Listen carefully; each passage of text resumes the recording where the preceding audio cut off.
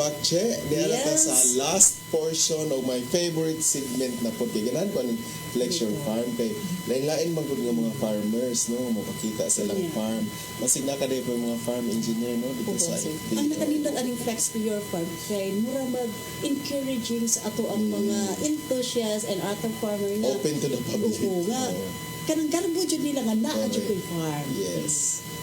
So, Unya isa ato na ang i-flex your farm ang mingsanong sa ato ang panawagan pinaagi sa ato ang FB page ang Department of Agriculture BII mao si Miss Janet Hakaban Bicada nga taga Barangay Babag, Cebu City. Unya kani si Ma'am Janet ang iyang farm is 1/2 hectare ug iya kining gitamnan og utanon and adunay mga flowers, mga cut flowers sama panangit sa chrysanthemum, aster, golden rod, Malaysian moms, tiger moms ug uban pa unya. So, high value crops tayo niya. And then sa iya mga utanon naa siya talong, siling espada, sweet corn, pechay, alugbati, and ampalaya. And namuhi po siya og mga hayupan or sama aning native chicken nga naa na daw siya mga 100 heads. Daga-daga na po na siya no nga native producers again. So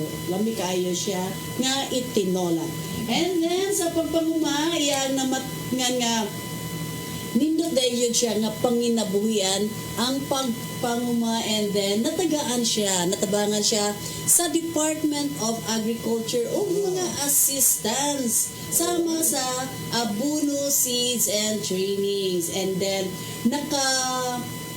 usa ni siya nakatabang no ang iyang pagpanguma nga magpatungha sa iyahang mga anak ang usa ani second year college and ang usa grade 10 so silang tibuok panin may banay nagtinabangay so it's a family enterprise. Wow, so family enterprise. So shout out diha sa tanan taga Babag, Cebu City. Hindi kayo siya sir no kay kuan kining it's a kuan kanang babae so kusganon nga Gender, babae. dos mga gender. So basin og ma-appeal po na siya sa engineer no og naani siya. Basin na siya yung makaila ang iyang tatay na yung mga igsuon mga kan labi na sa taga sa Bohol ni siya.